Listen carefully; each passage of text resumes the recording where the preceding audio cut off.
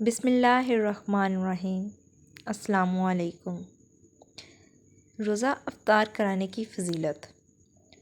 حضرت زید بن خالد رضی اللہ تعالیٰ عنہ سے مروی ہیں کہ حضور اکرم صلی اللہ علیہ وآلہ وسلم نے فرمایا کہ جو شخص روزہ دار کو افطار کراتا ہے یا کسی غازی کا سامان درست کرتا ہے تو اس کو اسی کے ثواب جیسا ثواب ملتا ہے۔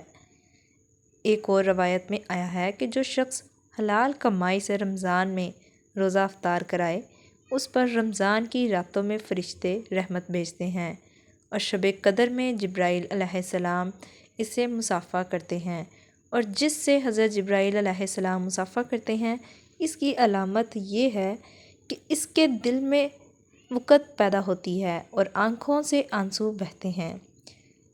فائدہ یہ ہے کہ ہمارے ہاں افطار کرانے کا بڑا ذوق و شوق پایا جاتا ہے۔ اس کی جتنی حوصلہ افزائی کی جائے کم ہے، تاہم یہ خیال بھی رکھا جائے کہ یہ سب کرنا صرف اللہ تعالیٰ کی خوشنودی کے واسطے ہو، کوئی دکھلاوا مقصد نہ ہو، ورنہ نیکی برباد، گناہ لازم کا مصداق ہوگا۔ اسی طرح افطاری اپنی حیثیت کے مطابق کرائے اور اسراف سے بھی بچے۔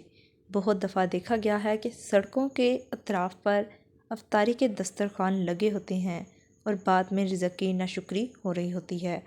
یہ اللہ تعالیٰ کی ناراضگی کا سبب ہے۔ ویڈیو کو لائک ضرور کریے گا۔ شکریہ۔